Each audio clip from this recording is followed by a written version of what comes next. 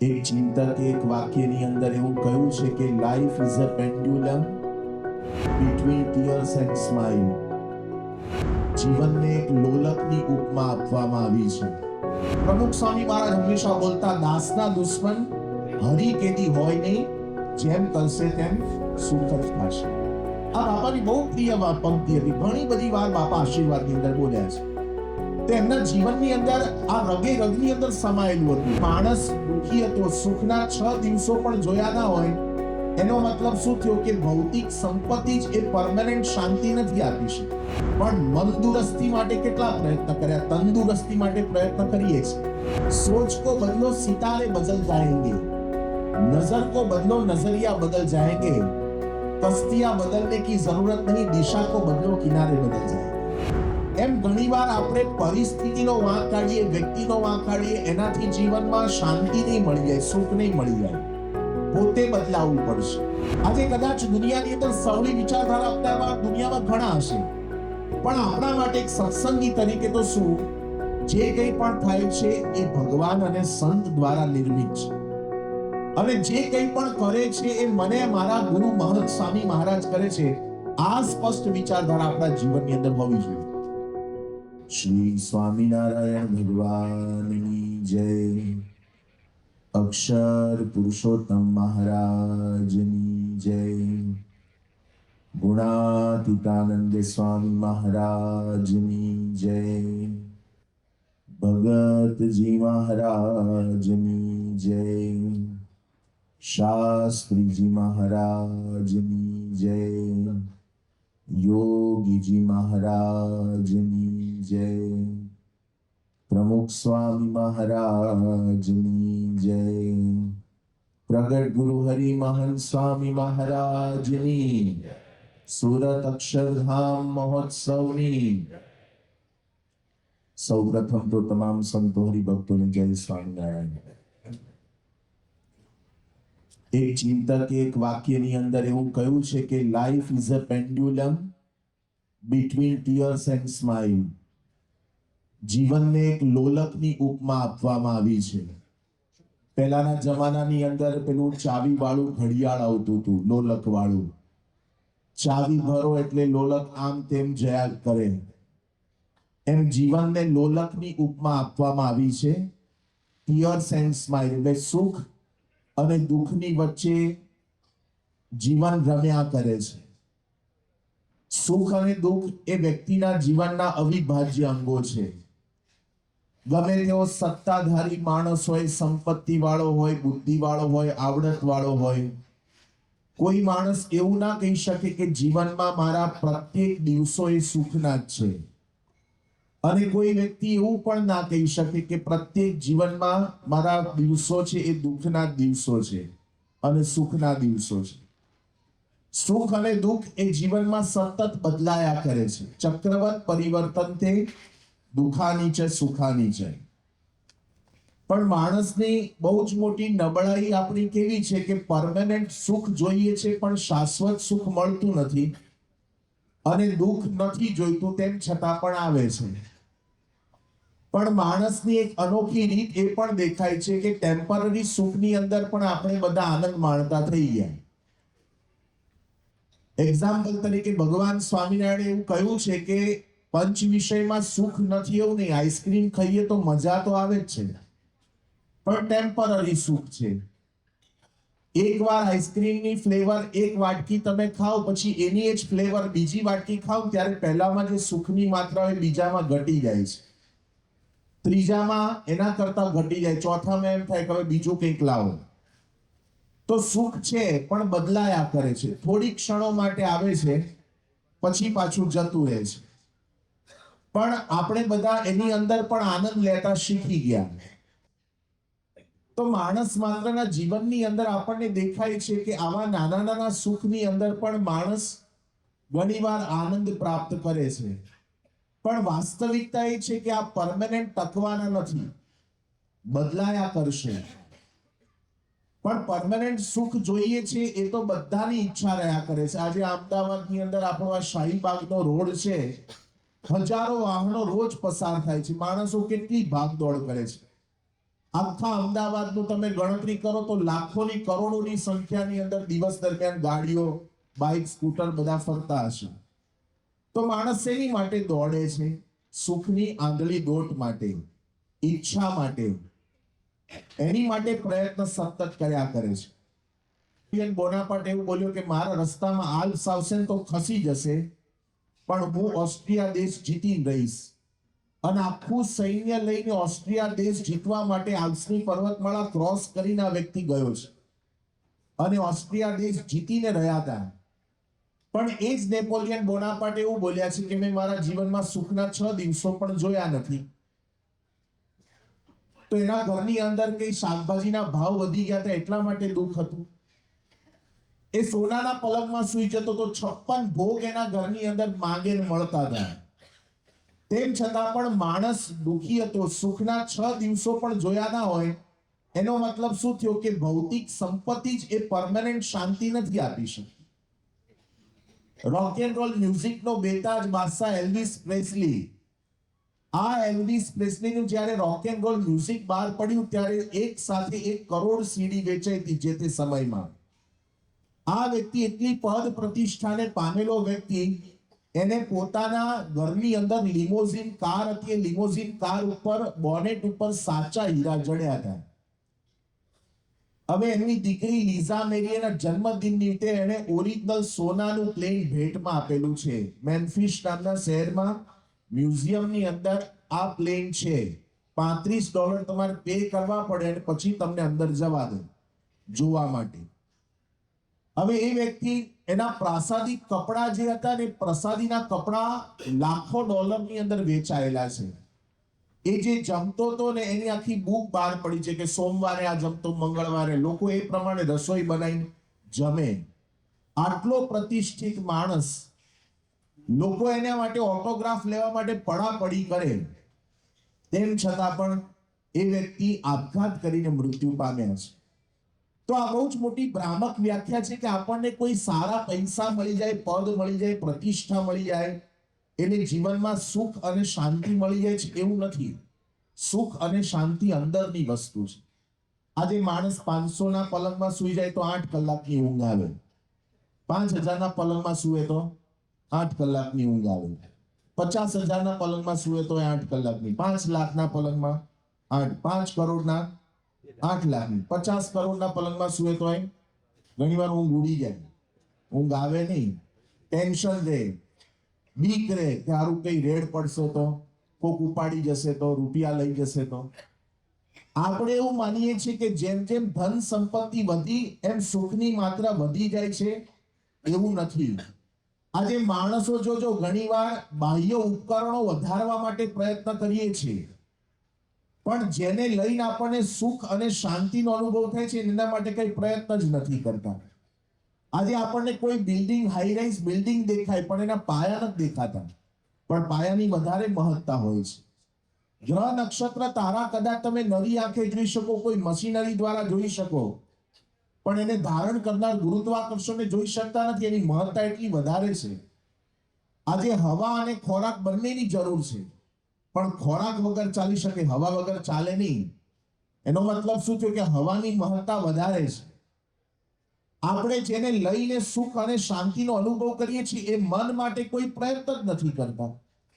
મનને પ્રફુલ્લિત રાખવા માટે, મનને સ્થિર રાખવા માટે થઈ એના માટે કોઈ પ્રયત્ન જ નહીં. આજે માણસ જીમમાં જાય છે, યોગામાં જાય છે, બધા જાત જાતના પ્રયત્ન કરે છે.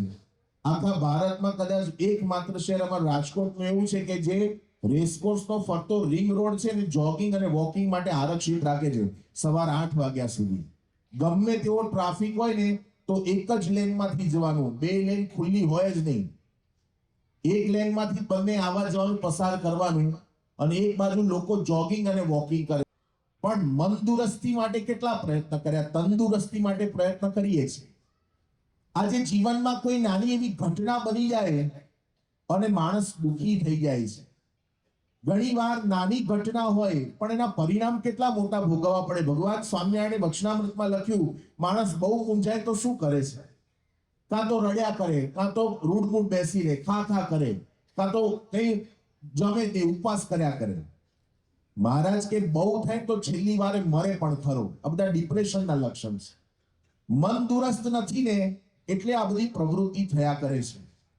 યોગીજી મહારાજ વર્ષો પહેલા આફ્રિકા વિચરણની અંદર ગયા ને ભાઈ ગુણભાવી ભક્તરાજ હતા. એના ઘરની અંદર 25-30 રૂમનો આખો મોટો જાયન્ટ બંગલો હતો. અને યોગી બાપાને કે સ્વામી મારા ઘરમાં પધરામણી કરવા માટે આવો. યોગી બાપા પધરામણી કરી. બધા જ રૂમની અંદર યોગી બાપાએ પગલા કર્યા અને પછી યોગી બાપા નીચે બેઝમેન્ટમાં લઈ ગયા ભાઈ. તો ત્યાં એક પાંજરાની અંદર 16 વર્ષનો છોકરો પૂરેલો હતો. તો યોગી બાપા તો દયાળુ સંત એટલે એમણે પૂછ્યું કે આ શું છે? તો પેલા ભાઈએ કીધું સ્વામી મારો દીકરો છે. યોગી બાપા કે ગુરુ દીકરાને આવી રીતે રખાય? તો પેલા ભાઈ કે સ્વામી મને ખબર છે મારો દીકરો છે પણ એને ખબર નથી કે એના મા બાપ છે. બહાર નીકળે ને તો અમારી પોતે બાજી પડે છે, નખુરિયા ભરે મારે છે. એટલે ડોક્ટરે કીધું છે કે મનથી અસ્થિર છે, પાગલ છે. કાં તો તમે એને અંદર રાખો, એટલે તમારી પોતાની પાસે રાખો તો આવી રીતે પાંજરામાં રાખો, કાં તો પાગલખાનાની અંદર તમે ભરતી કરાવી દો. એટલે અમારી નજર સામે એટલા માટે અમે આ સુવિધા ઊભી કરી છે. યોગી બાપા એના મસ્તક પર હાથ મૂકીને આશીર્વાદ આપીને જતા જતા ખાલી એટલું બોલ્યા, યોગી બાપા કે અઢળક ધન સંપત્તિ હોય પણ મન સ્વસ્થ ના હોય તો ધન સંપત્તિ શા કામની? આજે આપણે કોઈ પૈસા વધારે કમાઈ લઈએ કે ડિગ્રી સત્તા પ્રાપ્ત કરી લઈએ એટલે જીવનમાં સુખ શાંતિ મળી જાય છે એવું નથી. આજે માણસ દુનિયાની અંદર જોજો, તમે સફળ ડોક્ટર બની ગયા એટલા માટે તમે સફળ પતિ બની જાઓ છો એવું નથી. તમે સારા એન્જિનિયર બની ગયા એટલે તમે સફળ પુત્ર બન્યા, એ ભૂમિકા જ જુદી છે. તમે ઘણીવાર બહુ મોટા ઇન્ડસ્ટ્રીયલિસ્ટ બની શકો પણ ઘણીવાર પિતા બનવામાં નિષ્ફળ પણ જાઓ. બંનેની ભૂમિકા જુદી છે. જ્યાં સુધી મનની અંદર રાગ દ્વેષ હઠ માન ઈર્ષા બધું હશે ને ત્યાં સુધી જીવનની અંદર શાંતિ નહીં મળે. એટલે મનની શુદ્ધિ એ પણ જરૂરી છે. થોડા વખત પહેલા એક પ્રસંગ સાંભળ્યો હતો કે 12મા ધોરણની અંદર એક દીકરો અને દીકરી બંને એક જ સ્કૂલની અંદર ભણે, એક જ ક્લાસમાં. એટલે બંને વચ્ચે પ્રેમ પાંગર્યો અને બંને જણાએ નક્કી કર્યું કે જીએંગે સાથ સાથ ને મરેંગે સાથ સાથ. પછી નક્કી કર્યું કે અત્યારે પહેલા ભણી લઈએ, ભણવાની ઉંમર છે તો. એટલે નીટમાં બંને જણાએ સ્કોર સારો કર્યો અને મેડિકલ ફિલ્ડમાં બંનેને જવું હતું એટલે MBBS માં એડમિશન લીધું. અને ભગવાનની દયાથી બંનેનો પ્રેમ સાચો હશે તો એક જ કોલેજની અંદર બંનેને સાથે એડમિશન મળ્યું અને MBBS માં એડમિશન લીધું. MBBS પૂર્ણ કર્યું પછી રજૂઆત કરી ઘરમાં કે હવે છે ને આપણે લગ્ન ગ્રંથિથી જોડાવું છે તો અમે અમને પરવાનગી આપો. એટલે મધર ફાધરને રજૂઆત કરી બંને પક્ષે કે અમે બંને 12મા ધોરણથી એકબીજાના પરિચયમાં છે તો લગ્ન ગ્રંથિથી જોડાવા માટે આશીર્વાદ આપો. તે વખતે એમના મધર ફાધરે ના પડી કે તમે બંને જણા ઇતર જ્ઞાતિના છો એટલે લગ્ન ના થઈ શકે. પેલા બંને જણા એવું કીધું અન્ડરસ્ટેન્ડિંગ સાથે કે જ્યારે તમે રાજી થાવ ત્યારે પરવાનગી આપજો, ત્યાં સુધી અમારે લગ્ન નથી કરવા. બંને જણાએ PG માં એડમિશન લીધું, PG કર્યું, માસ્ટર ડિગ્રી કરી, સ્પેશિયલાઇઝેશન કર્યું અને બંને જણાની 38 વર્ષની ઉંમર થઈ અને પછી ઘરમાં રજૂઆત કરી જો હવે તમે રાજી હો તમે લગ્ન કરી, કારણ કે અડધી જિંદગી તો આમ જ જતી રહી રાહ જોવા. તો મા બાપે કીધું તમારો પ્રેમ સાચો છે, લગ્ન કરો. અને ધામધૂમથી લગ્ન કર્યા. સારામાં સારા બેન્ડ વાજા વાળા બોલાયા ને કેટરિંગ વાળા બોલાયા ને પ્રી વેડિંગ શૂટ કરાયા ને લગ્નની અંદર પણ સારા કેમેરામેન ને બધા બોલાવીને શૂટ કરાયું અને લગ્ન ધામધૂમથી આખું નગર જોતું રહી જાય ને એટલા જબરજસ્ત લગ્ન કર્યા. પણ તમને જાણીને આશ્ચર્ય થશે કે બંનેના 6 જ મહિનામાં છૂટાછેડા થઈ ગયા. કારણ શું હતું? પત્ની છે પતિ કરતા વધારે કમાતા હતા અને એની રેપ્યુટેશન ઘરમાં ધીમે ધીમે વધવા માંડી. તો પતિને મનમાં ઈર્ષા થઈ કે બંને સાથે ડોક્ટર થયા છે ભેગા અને એની પ્રેક્ટિસ વધારે ચાલે છે અને મારી પ્રેક્ટિસ કેમ નથી ચાલતી. અને ધીમે ધીમે કરતા ઈર્ષાનો ફણગો ફૂટે, એમાં બોલવામાં શરૂ થયું, મારામારી શરૂ થઈ. પછી એમ લાગ્યું કારું જિંદગી આમાં તો કેવી રીતે નીકળશે, એના કરતા છૂટાછેડા લઈ લો. તે બંને જણાને 18 વર્ષથી પ્રેમ હશે તે બંને જણાએ રાત્રે ફોન ઉપર કલાકોના કલાકો વાતો નહીં કરી હોય, ભવિષ્યના પ્લાનિંગ નહીં કર્યા હોય કે આપણે આવું ઘર બનાવશું ને આવી રીતે કરશું ને આમ ફરવા જઈશું, ગાર્ડનમાં જઈને ગીતો નહીં ગાય મને તારી આંખોમાં દરિયો દેખાય છે તો જા હવે ડૂબકી માર ક્યાં જઈશું. દરિયામાં. વાસ્તવિક લાઈફ જુદી છે. જોજો, ઘણીવાર આપણે કાલ્પનિક દુનિયામાં રાચ્યા કરીએ છીએ ને, પણ મારે કહેવું છે એ જ કે આજે સફળ ડોક્ટર બની ગયા એટલે સફળ પતિ બની જાય છે એવું નથી. અંતરથી સુખ અને શાંતિનો અનુભવ કરવો છે તો મંદુરસ્તી એ જરૂરી છે, મનને શુદ્ધ કરવાનું છે. આજે ગમે તેટલું આપણે ફરિયાદ કર્યા કરશું કે બહુ ગરમી પડે છે, તમે શું કરી શકવાના? કાંઈ નહીં કરી શકાય. બહુ ગરમી લાગતી હોય તો એસીમાં જતા રહો. You can not change the atmosphere, you have to adjust. આપણે જ પોતાએ એડજસ્ટ થવું પડશે. બહુ વરસાદ પડે છે, તમે રેઇનકોટ પહેરી લો, કોઈ નીચે છત નીચે જતા રહો. ફરિયાદ નહીં કરી શકાય. બહુ ઠંડી પડે છે, 2 મફલર વધારે પહેરી લો, 2 સ્વેટર વધારે પહેરી લો, હીટરમાં જતા રહો. તમે ફરિયાદ નહીં કરી શકો. એમ ઘણીવાર આપણે પરિસ્થિતિનો વાંક કાઢીએ, વ્યક્તિનો વાંક કાઢીએ, એનાથી જીવનમાં શાંતિ નહીં મળી જાય, સુખ નહીં મળી જાય. પોતે બદલાવવું પડશે.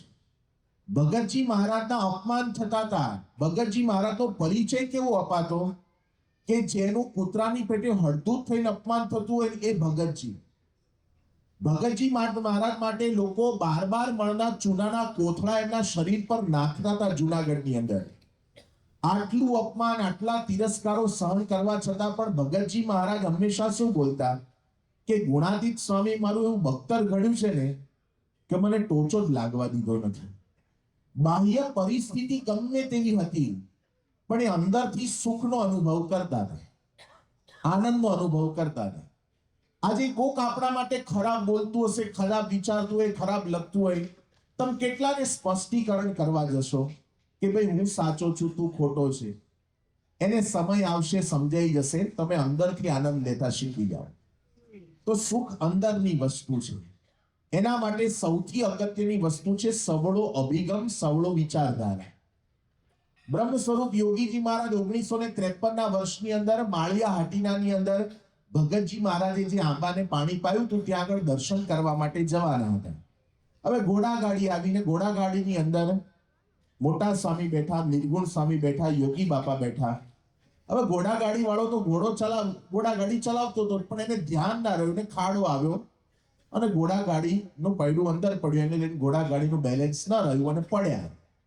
હવે આ ઘટના વાસ્તવિક હતી કે પડ્યા હતા, સામાન્ય બધાને વાગ્યું પણ હશે.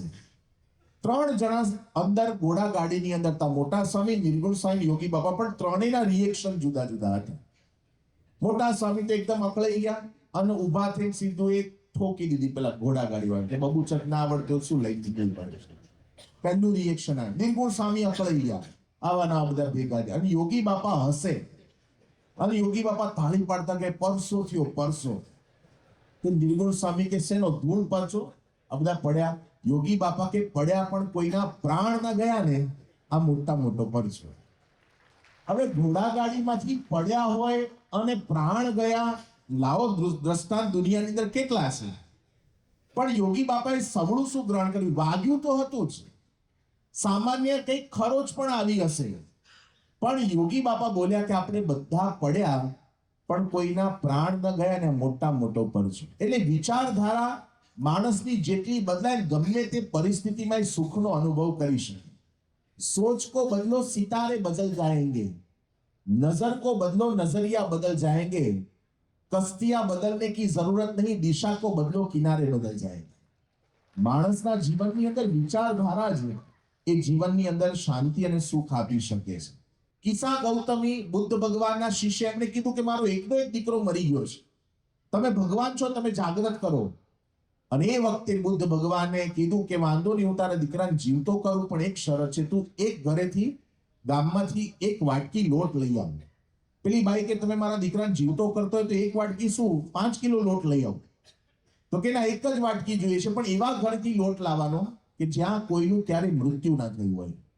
આ બાઈના અંતરની અંદર ગેલછા કે મારા દીકરાને જીવતો કરવો. જુવાન જો દીકરો મરી ગયો છે અને ગામની અંદર ગયા ને જઈને કીધું કે એક વાટકી લોટ મળશે, તો કે લઈ જાઓ. શેના માટે? કે મારા દીકરાને જીવતો કરવો છે.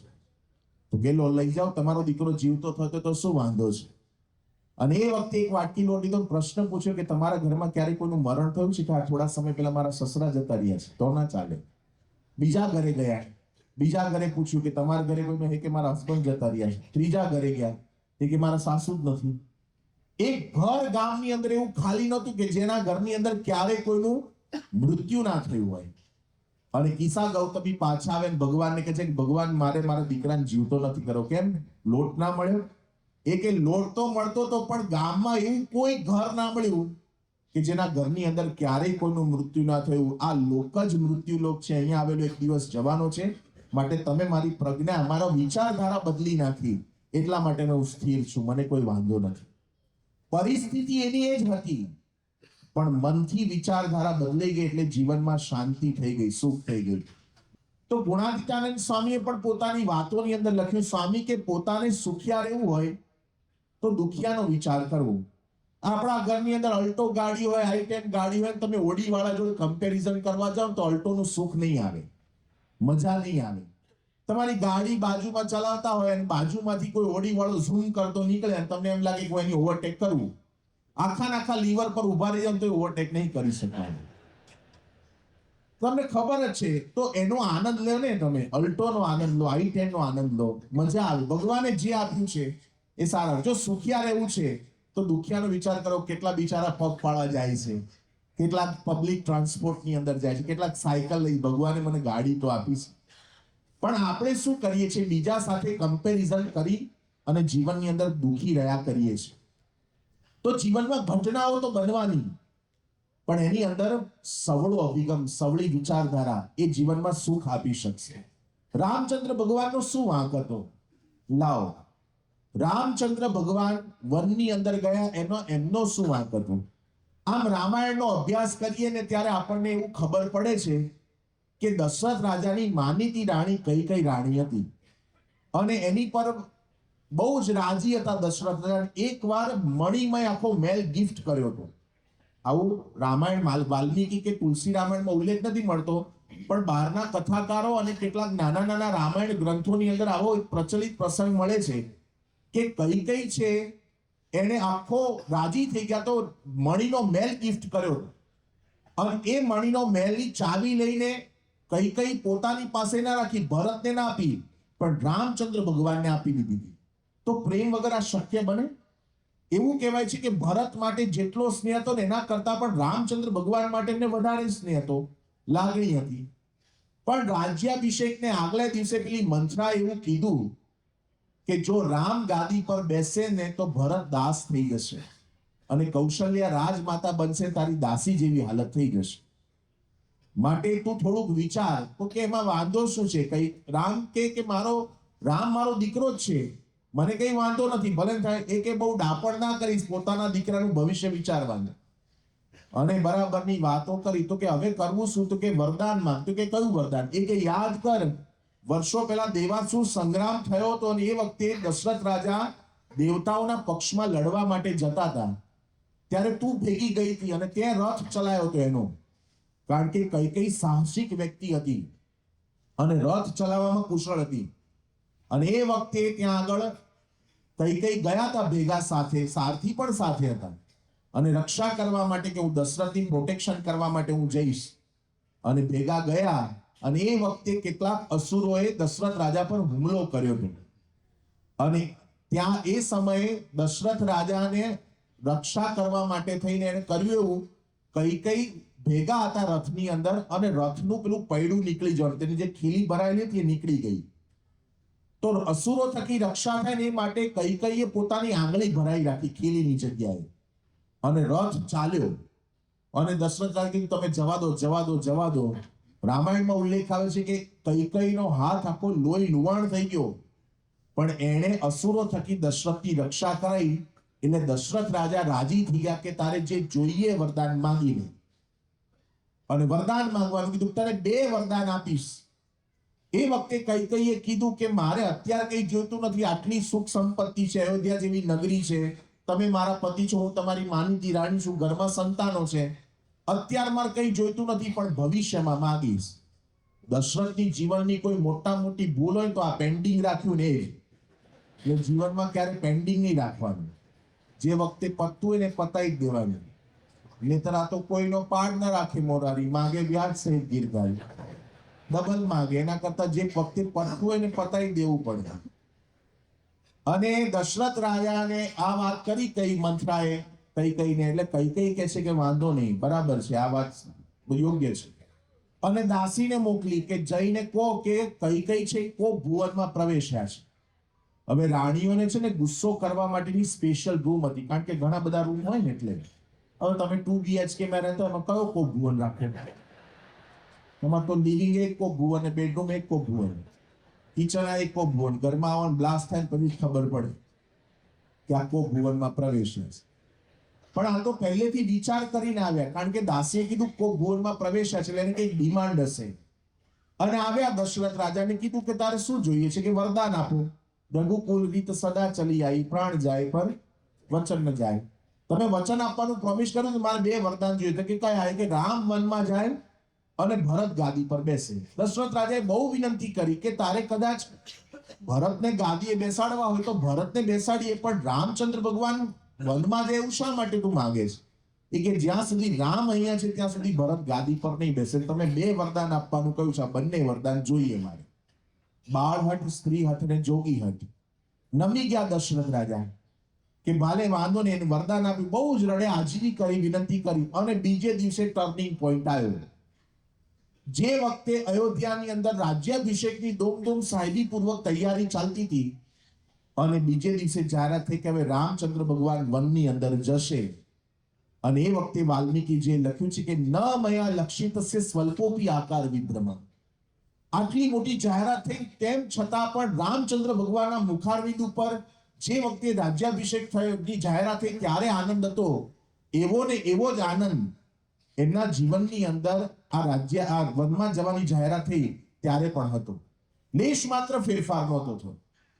હવે પરિસ્થિતિઓ તો બદલાવાની જ હતી. અહીંયા સોનાના પલંગમાં સૂઈ જવાનું હતું, ત્યાં ઘાસની પથારીમાં સુવાનું હતું, જમીન પર સુવાનું. અહીંયા 56 ભોગ જમવાના હતા, ત્યાં આગળ ફળ ફૂલ ખાઈને રહેવાનું હતું. અહીંયા દાસ દાસીઓ સેવામાં હતા, ત્યાં બધું જાતે કરવાનું હતું. પરિસ્થિતિ બદલાતી હતી, પણ મનની પ્રજ્ઞા સ્થિર હતી, કારણ કે એમનો સવળો અભિગમ હતો. એટલા માટે તો ભગવાનના જીવનમાં દુઃખ આવ્યા છે, અપાર કષ્ટો આવ્યા છે. એમણે પોતાના જીવન દ્વારા શીખવાડ્યું કે કષ્ટો આવશે, દુઃખો આવશે, પણ એ દુઃખોનો આવિષ્કાર કરતા શીખી જાઓ તો એની અંદર આનંદ લેતા શીખી જાઓ. સમજણથી થશે, સવળી સમજણથી થશે, શાંતિ એનાથી થશે. તમે પરિસ્થિતિ નહીં બદલી શકો. ભગવાને ક્યાંય બ્લેમ નથી કર્યો એવો કે હું તારી સામે યુદ્ધ છેડી દઈશ, હું કોર્ટમાં જઈશ, કેસ કરીશ. કશું જ નથી કર્યું. પરિસ્થિતિનો સ્વીકાર કરી લીધો અને ભગવાન વનની અંદર ગયા. હવે અપાર કષ્ટો તકલીફો પડી હશે, વાસ્તવિકતા છે. પણ જ્યારે 14 વર્ષ પછી પરત આવ્યા અને એ વખતે કૈકેયી માતા માફી માંગે છે કે મારી ભૂલ થઈ ગઈ, આ મંથરાની ચડવણીથી મેં તમને મોકલ્યા. ત્યારે ભગવાન રામચંદ્રજી કૈકેયીને કહે છે કે તે કોઈ ભૂલ નથી કરી, તે તો મારી ઉપર ઉપકાર કર્યો છે. તો કે કયા ઉપકારો? અને વાલ્મીકીજીએ લખ્યું છે, ભગવાને જણાવ્યું, તાત સ્નેહો ભરત મહિમા પૌરુષમ વાયુ સુનો સખ્યમ ચાપી પ્લવગ નૃપતે ક્વાપી સૌમિત્ર ભક્તિ સીતા સત્યમ નિજ ભુજ બલમ વૈરિનામ વૈર ભાવો વિન્યાતમ સર્વમ તવચનયોર માતરેશ પ્રસાદન. 8 પ્રકારના ઉપકાર ગણાવ્યા છે. પહેલું, મને ખબર પડી મારા વનમાં જવાથી મારા પિતાનું પ્રાણ પંખેરું ઉડી ગયું. તાત સ્નેહો, ભરતના મહિમાની ખબર પડી કે ભરતને રાજપાટ સંભાળવા મળતો તો છતાં પણ મારી ચરણ પાદુકા ગાદી પર મૂકી રાખી, પણ એ ગાદી પર બેઠો નથી. ભરતના મહિમાની ખબર પડી. તાત સ્નેહો ભરત મહિમા પૌરુષમ વાયુસુનો, વાયુપુત્ર હનુમાનજીના પુરુષાર્થની ખબર પડી. સખ્યમ ચાપી પ્લવગ નૃપતે, સુગ્રીવની મિત્રતાની ખબર પડી. ક્વાપી સૌમિત્ર ભક્તિ, સુમિત્રાના પુત્ર લક્ષ્મણે પોતાની પરણેલી સ્ત્રીનો ત્યાગ કરીને 14 વર્ષ મારી સેવામાં આવ્યો અને 1 સેકન્ડ માટે પણ સૂતા નથી, નિદ્રાજીત હતા અને ખડે પગે સેવા કરી છે. તો સુમિત્રાના પુત્ર લક્ષ્મણની ભક્તિની ખબર. સીતા સત્યમ, જ્યારે ભગવાન લંકા ઉપર વિજય મેળવ્યો અને એ વખતે ત્યાં આગળ રજૂઆત કરી, જ્યારે સીતા માતા સામે મળ્યા ત્યારે ભગવાન કે મને તારા ચારિત્રમાં શંકા જાય છે, તું દશરથ તું રાવણ ભેગી રહીને કેવી રીતે શુદ્ધ રહી હઈશ. એ વખતે સીતા માતા કે તમને શંકા જતી હોય તો અગ્નિ પરીક્ષા કરો. અને ત્યાં જ આગળ લંકાની અંદર જ ભગવાને ચિતા ઉપર બેસાડ્યા સીતા માતાને અને અગ્નિ ચાપી, પણ આખા લાકડા બળી ગયા. સીતા માતાનું એક રૂવાડું બળ્યું નહીં એટલે ખબર પડી સીતા પતિવ્રતા છે. સીતા સત્યમ નિજ ભુજ બલમ, મારા બાહુબળની વૈરીણામ વેર ભાવો, વેરીઓના વેરભાવની ખબર પડી. જ્ઞાતમ સર્વમ તવ ચરણ યોર માતરેશ પ્રસાદ. આ 8 પ્રકારના ઉપકાર મને તારી કૃપાથી જાણવા મળ્યા છે માં. અને માતા રાજી થઈ ગયા. હવે દુનિયાની અંદર આજે પોઝિટિવ વિચારધારા માટે લોકો દુનિયામાં જાત જાતના બધા પ્રસંગોની રજૂઆત કરતા હશે, પણ રામચંદ્ર ભગવાન 21 લાખ વર્ષ પહેલા થઈ ગયા. એમના જીવનની અંદર જે પોઝિટિવિટી હતી ને, એ 21મી સદી શું આવતી 30મી સદી આવશે ને તોય લોકોને પ્રેરણા આપતી રહેશે. એટલું જબરજસ્ત એમના જીવનમાં પોઝિટિવ થિંકિંગ હતું. સ્થિરતા કેટલી જબરજસ્ત, પરિસ્થિતિનો વાંક ના કાઢ્યો પણ જીવનની અંદર શાંતિ મેળવવા માટે સ્થિર થઈ ગયા. આજે કદાચ દુનિયાની અંદર સવળી વિચારધારા અપનાવવા દુનિયામાં ઘણા હશે, પણ આપણા માટે એક સત્સંગી તરીકે તો શું, જે કંઈ પણ થાય છે એ ભગવાન અને સંત દ્વારા નિર્મિત છે, અને જે કંઈ પણ કરે છે એ મને મારા ગુરુ મહંત સ્વામી મહારાજ કરે છે. આ સ્પષ્ટ વિચારધારા આપણા જીવનની અંદર હોવી જોઈએ. ગમે ત્યારે બનશે, ગમે તેવી ઘટનાઓ બનશે. મહંત સ્વામી મહારાજ સુરતથી આટલાદરા આવતા હતા ગાડીની અંદર વર્ષો પહેલા, અને રસ્તામાં ભરૂચ પાસે ગાડી બગડી. પરિસ્થિતિ બહુ જ ખરાબ થઈ ગઈ, કારણ કે ધક્કા મારવા પડ્યા હતા ગાડીને, કંઈ બીજું કોઈ વ્યવસ્થા નહોતી મળતી, કોઈ મિકેનિક નહોતો મળતો. પેલા ડ્રાઈવરે બહુ પ્રયત્ન કર્યો પણ ગાડી ચાલુ ના થઈ. રસ્તાની અંદર એક ટ્રક ડ્રાઈવર જતો હતો અને સંતોને જોયા અને અચાનક જ ઊભો રહી ગયો. એ કે શું થયું મહાત્માજી? તો મહંત સ્વામી મહારાજ કે મારી ગાડી બંધ થઈ ગઈ છે. એટલે ડ્રાઈવરને કે તું આગો જા. બોનેટ ખોલ્યું અને બોનેટ ખોલ્યું અને એન્જિન અમુક પાર્ટ સિંદરામ થૂકવાળી આ ફ્લેવર વાળું થૂક આમ આંગળી કરી અને લગાવ્યું અને ગાડીને સેલ્ફ માર્યો અને ગાડી ચાલુ થઈ ગઈ. અને મહંત સ્વામી મહારાજ આ પ્રસંગ કહે છે કે પછી અમે ત્યાંથી બેઠા છે અટલાદરા મંદિરમાં આવીને ગાડી અટકી. હવે તકલીફ પડી હતી, હેરાન થયા હતા, બધી વાત સાચી, પણ બીજે દિવસે કથામાં મહંત સ્વામી મહારાજ આ પ્રસંગ કહેતા કહેતા એવું બોલ્યા કે મારી ગાડી આવી બગડી હતી, ધક્કા માર્યા તો ચાલુ ના થઈ. અને પછી આ ટ્રક ડ્રાઈવર આવ્યો અને મહંત સ્વામી મહારાજ કે આ ફ્લેવર વાળા થૂકની આમ આંગળી અડાડી અને એન્જિનમાં સેલ્ફ માર્યો અને ચાલુ થઈ ગઈ. મહંત સ્વામી મહારાજ કે અમે ગાડીમાં 5 જણા હતા, અમારી પાસે અઢળક થૂક હતું, પણ ક્યાં લગાવું ને કોઈ ખબર નથી. તો પરિસ્થિતિ જો વિચિત્ર હતી પણ એને આખું હાસ્યમાં ફેરવી નાખ્યું, બધાને આનંદ કરાવી દીધો. તો હંમેશા એ છે ને બધી પરિસ્થિતિમાં આનંદ લેતા થઈ ગયા છે. જીવનમાં ઘટનાઓ બને છે, પણ આ મોટા પુરુષના જીવનમાંથી, ભગવાનના જીવનમાંથી, અવતારોના ચરિત્રોમાંથી આપણને એક વસ્તુ શીખવા મળે છે કે મન સ્થિર હશે ને તો ગમે તેવી પરિસ્થિતિમાં પણ આનંદ લઈ શકાશે. પણ મેં કીધું એ પ્રમાણે કેવળ સવળો વિચાર નહીં, પણ જે કરે છે ભગવાન દ્વારા નિર્મિત છે. મારા ભગવાન સ્વામિનારાયણ, મારા ગુરુ મહંત સ્વામી મહારાજ કરે છે. આ એક મનની અંદર વિશ્વાસ જીવનમાં દ્રઢ થઈ જાય. પ્રમુખ સ્વામી મહારાજ હંમેશા બોલતા, દાસના દુશ્મન હરી કેદી હોય નહીં, જેમ કરશે તેમ સુખ જ થશે. આ બાપાની બહુ પ્રિય પંક્તિ હતી. ઘણી બધી વાર બાપા આશીર્વાદની અંદર બોલ્યા છે. તો એમના જીવનની અંદર આ રગે રગની અંદર સમાયેલું હતું. પરિસ્થિતિઓ બદલાઈ પણ એ હંમેશા આનંદની અંદર રહેતા રહે. તો જીવનની અંદર ઘટનાઓ જે તે સમય નથી સમજાતું, પણ સમય જાય પછી આપણને ખબર પડે કે ભગવાને આ પરિસ્થિતિ નિર્માણ કર્યું ને સારા માટે જ કર્યું છે. સ્કોટલેન્ડની અંદર એક વસતા પરિવારનો ક્લાર્ક માણસ, અને એ ક્લાર્ક માણસને ઈચ્છા હતી કે આપણે આ ટાઇટેનિક જહાજની અંદર મુસાફરી કરવી છે. એટલે પૈસા ભેગા કર્યા ટૂર માટેના, બધું પાસપોર્ટની સિસ્ટમ આખી બધી તૈયાર કરી. ઘરમાં 9 સંતાન હતા અને હસબન્ડ વાઈફ બંને જણા. નક્કી કર્યું કે આપણે બધાએ સાથે જ જવું છે. અને બહુ જાહેરાત થતી હતી ટાઇટેનિકની કે અનસિંકેબલ ને અનબ્રેકેબલ છે, અને બધા જ બહુ જ આનંદની અંદર હતા ઘરની અંદર કે આપણે પહેલી વાર જર્ની કરીશું. અને બધી જ તૈયારીઓ થઈ ગઈ અને 2 દિવસ કંઈક બાકી હતા યાત્રા શરૂ થવાને. અને એ જ વખતે પેલો નાનકડો દીકરો ઘરમાં હતો ને, એને પોમેરિયન કૂતરું ઘરમાં છે, કરડ્યું. ડોક્ટર પાસે લઈ ગયા. ડોક્ટરે એવું કીધું કે આને તો ઇન્જેક્શન આપવા પડશે, એટલે એનો કોર્સ આખો કરવો પડશે, તમે આવી રીતે યાત્રામાં નહીં જઈ શકો. અને પેલા ક્લાર્કને એટલું માઠું લાગ્યું, એના ધર્મપત્ની જેમ તેમ બોલ્યા, ખખડાયા. છોકરાઓને ખકડાઈ ગયા. ધર્મપત્ની કીધું કે તમે બાકીના સંતાનોને લઈને જાઓ, હું અને આ ટાબરિયો નાનો છે એ રોકાઈએ છે. તો કે ના જવું તો બધાએ સાથે જવું, બાકી કોઈએ ના જવું. અને મનમાં નક્કી કર્યું કે નથી જ જવું બધાએ. હવે બીજે દિવસથી બધા ન્યૂઝ આવ્યા કરે, બધી એડવર્ટાઇઝમેન્ટ જોયા કરે, એટલે મનમાં એટલી બધી દુઃખ થાય કે આવું કેવું થઈ ગયું, આપણે આટલું સરસ કરવાનું હતું, કૂતરું અને ટાણે જ કર્યું, પણ અત્યારે જ આવા બધા ખેલ કરવાના હતા. એટલે પછી થયું હતું આ એક યાત્રા થઈ જાય, મનમાં કોશા કરે, દુઃખ રહ્યા કરે. અને ટાઇટેનિક જહાજ જતું હતું ને એ વખતે ટીવીમાં ન્યૂઝ જોઈને રડે આ ભાઈ, મનમાં દુઃખ રહ્યા કરે, રંજ રહ્યા કરે. પછી તો સુઈ ગયા, કારણ કે હવે જે પરિસ્થિતિ હતી એમાં તો કંઈ કરી શકવાના હતા નહીં.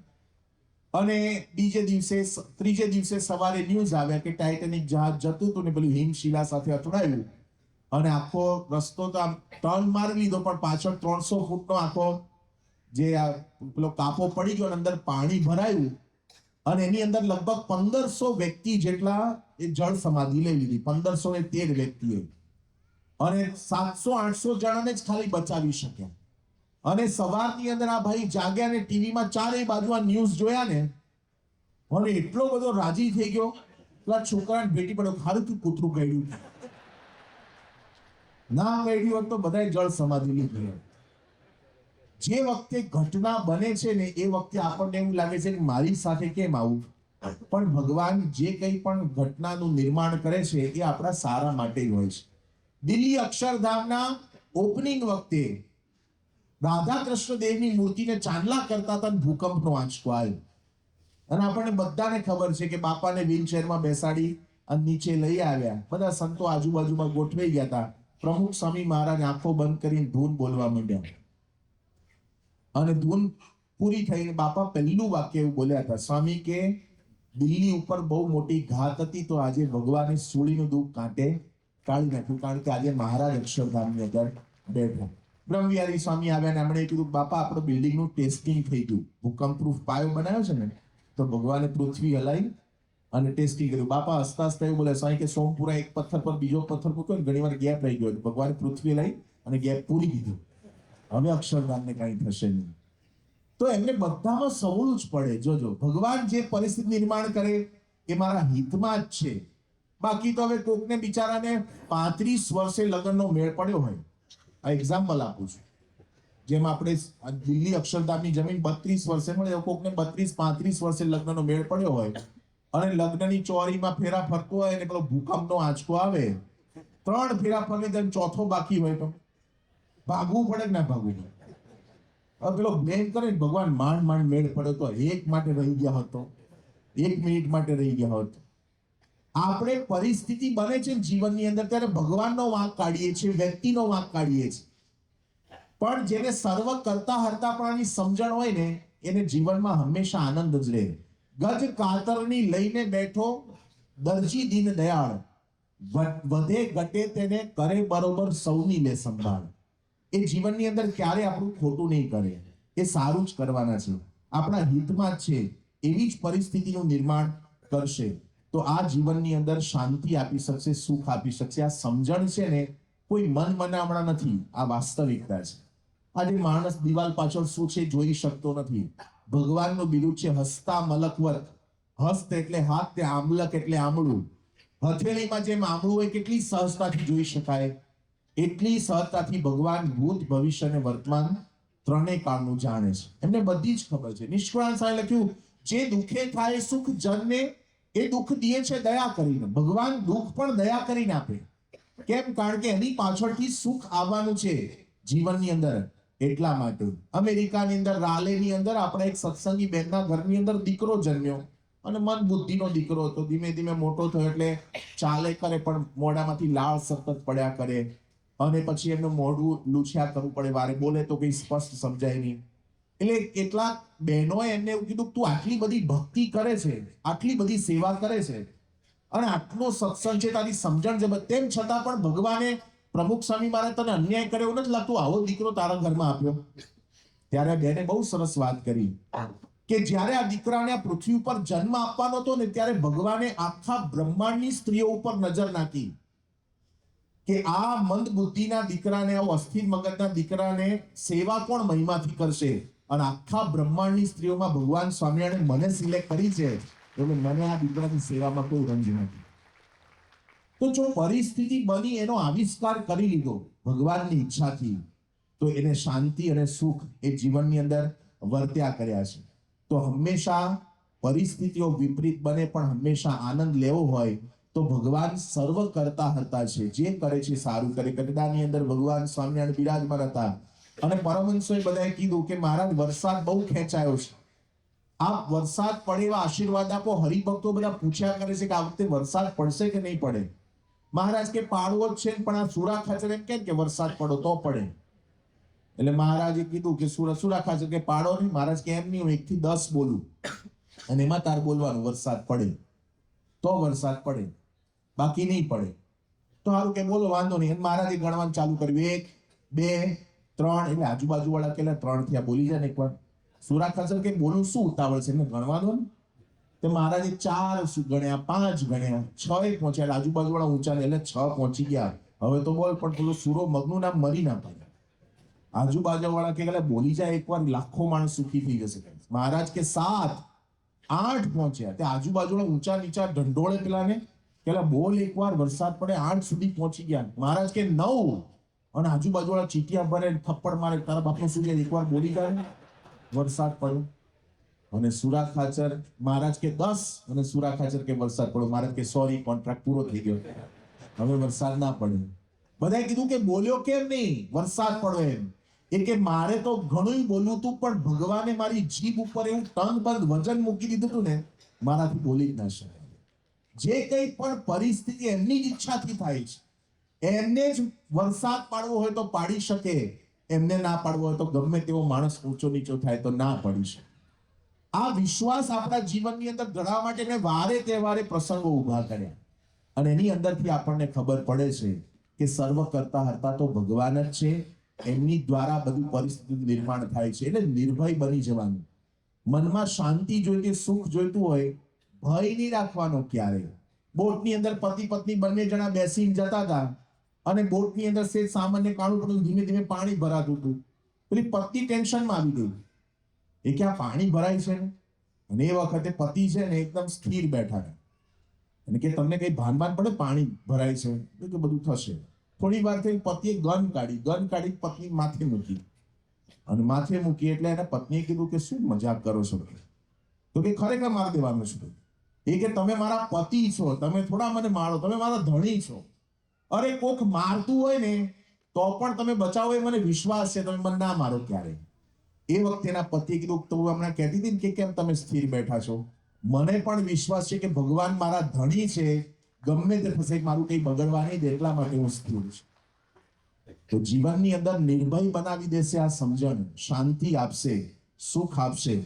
તો હંમેશા જીવનની અંદર ઘટનાઓ અલગ અલગ બન્યા કરશે, પણ જીવનમાં શાંતિ જોઈતું હોય, સુખ જોઈતું હોય, પરમેનન્ટ સુખ. આજે ક્યારે બાહ્ય ઉપકરણોના ફેરફારથી માણસ સુખી બાહ્ય દ્રષ્ટિએ લાગે, પણ એ ઉપકરણોની અંદર પણ માણસ અશાંતિનો અનુભવ કરતો હોય. પણ આવી સમજણ જ્યારે જીવનની અંદર આવે છે, ત્યારે ભલે થોડુંક વસ્તુ હોય પણ એની અંદર પણ આનંદ લેતો થઈ જાય, સુખ પ્રાપ્ત કરતો થઈ જાય. તો શાશ્વત સુખનો રાજમાર્ગ આ જ છે, સગળો અભિગમ. અને એમાં પણ ભગવાન જે કરે છે એ મારા સારા માટે જ કરે છે અને એમના દ્વારા જ બધું નિર્મિત છે. અમારા રાજકોટની અંદર મંદિરની પાછળ એરિયાની અંદર સુરેશભાઈ કરીને એક હરિભક્ત છે, ઇલેક્ટ્રિક ડિપાર્ટમેન્ટમાં સેવા કરે છે. વર્ષો પહેલા એમણે નવી મારુતિ ફ્રન્ટી કાર લીધી અને આ હરિભક્ત મારુતિ ફ્રન્ટી કાર લીધી ને એટલે પ્રસાદીની કરાવવા મંદિરે આવ્યા અને એમને ખબર પડી કે પ્રમુખ સ્વામી મહારાજ સારંગપુરમાં બિરાજમાન છે. તો કે ચાલો આપણે જે એમના ધર્મપત્નીએ સંકલ્પ કર્યો કે ચાવી પ્રસાદીની કરાવી આવીએ. બાપા એ વખતે પૂજન તો નહોતા કરતા. મારુતિ ફ્રન્ટી કારની અંદર બપોરે 1 વાગે એમના ધર્મપત્ની, આ સુરેશભાઈ, એમના સાસુ અને મધર 4 જણા નીકળ્યા. બાપા માટે બધું તાજું શાકભાજી લીધું અને હજી તો રાજકોટથી આજી ડેમ પાસે એટલે સિટીની બહાર નીકળ્યા ને ત્યાં આગળ એમની ગાડીમાં ટાયરને પંચર પડ્યું. એટલે સ્પેર વ્હીલ બદલ્યું, આગળ ગયા 10 કિલોમીટર ગયા, બીજા ટાયરમાં પંચર પડ્યું. એટલે ફરી પાછું રિપેર કરાયું, સ્પેર વ્હીલ બદલ્યું અને પછી ગયા આગળ. જસદણ સુધી પહોંચતા 50 કિલોમીટરમાં તો 4 ટાયરમાં વારાફરતી પંચર પડ્યા. હવે એક જ દિવસમાં નવી શોરૂમમાંથી છોડાયેલી ગાડીમાં ચારે ટાયરમાં હવે રાજકોટથી તમારે સારંગપુર જવો તો 2.5 કલાક થાય. આ ભાઈને 7.5 કલાક થયા. એટલે આપણે કલ્પના કરી શકીએ કેટલા હેરાન થયા હશે. પણ જસદણમાં એમના વાઈફે સંકલ્પ કર્યો કે આપણે બાપાને ચાવી પ્રસાદી નહીં કરે, બીજો કોઈ આપણે હેતુ નથી. જો હવે ટાયરમાં પંચર પડે તો આપણે જવું નથી, રાજકોટ પાછા જતા રહેવું છે. અને પછી ભગવાનની દયાથી પંચર જ ના પડ્યું, ચારે ટાયર પ્રસાદીના થઈ ગયા, પછી નીકળ્યા અને પહોંચ્યા ત્યાં આગળ. 8:30 વાગ્યા. બાપા મુલાકાત આપતા હતા. એ વખતે કૃષ્ણ વલ્લભ સ્વામી લઈ ગયા, ત્યાં રાજકોટના હરિભગત છે, બધું તાજું શાકભાજી તમારા માટે લઈ આવ્યા છે. અને બાપા આશીર્વાદ આપજો, નવી ગાડી લીધી, ચાવી પ્રસાદી ની કરી. જતા જતા પેલા ભાઈએ પૂછ્યું સુરેશભાઈ કે સ્વામી આજે નવી શોરૂમ માંથી છોડાયેલી ગાડી, એક વાર પંચર પડે સમજ્યા, 2 વાર પડે, આ તો ચારે ટાયરમાં વારાફરતી પંચર પડે, એવું મારી સાથે શા માટે થયું? એટલે બાપા સાહજિકપણે મુલાકાતમાં લાંબી લાઈન, એટલે બોલ્યા કે યોગી બાપા જે કરે સારું જોઈએ, ભગવાનને પ્રાર્થના કરશું, તમે એમ કેમ પહોંચી જાઓ છો, બધી ઔપચારિક વાત કરી. પેલા કે તમે નહીં કહો ત્યાં સુધી જઈશ નહીં, મને વાત કહો કે મારી જોડે કેમ આવું થયું. અને બાપા એકદમ ભાવમાં આવી ગયા. સ્વામી કે સુરેશ, તું જે રસ્તા ઉપરથી પસાર થતો તો આવતો તો તારા માથા ઉપર ભયંકર કાળ ભમતો હતો, તારો એક્સિડન્ટ થવાનો હતો, તારું મૃત્યુ થવાનું હતું, પણ તું અહીંયા સારંગપુરમાં દર્શન કરવા માટે આવતો હતો, એટલે મહારાજ તને પંચર પાડી પાડી તારી ગાડીને મોડી કરતા હતા અને તારા કાળને ફેરતા. આ પ્રસંગ આ સુરેશભાઈ આજની તારીખે પણ કહેતા રડી પડે છે કે મને અત્યારે સમજાય છે કે આ સારું થયું પંચર પડ્યું, ના પડ્યું હોત તો હું જ ના હોત. પણ જે પરિસ્થિતિનું નિર્માણ થાય છે એની અંદરથી શાંતિ મેળવવા માટે, સુખ મેળવવા માટે આજ એક કિમિયો બહુ જ મોટો છે કે ભગવાન જે પરિસ્થિતિ નિર્માણ કરે છે મારા હિતમાં જ છે, તેવી સમજણ આપણા સૌના જીવનમાં દ્રઢ થાય, એ જ પ્રાર્થના. શ્રી સ્વામિનારાયણ. આવી પ્રેરણાદાયી કથાના નિયમિત શ્રવણ માટે આ વિડીયોને લાઈક કરો અને ચેનલને સબસ્ક્રાઇબ કરો, અને ખાસ આ કથાને આપના જેવા અન્ય મુમુક્ષુ સાથે શેર કરીને આંગળી ચિંધ્યાનું પુણ્ય મેળવો. જય સ્વામિનારાયણ.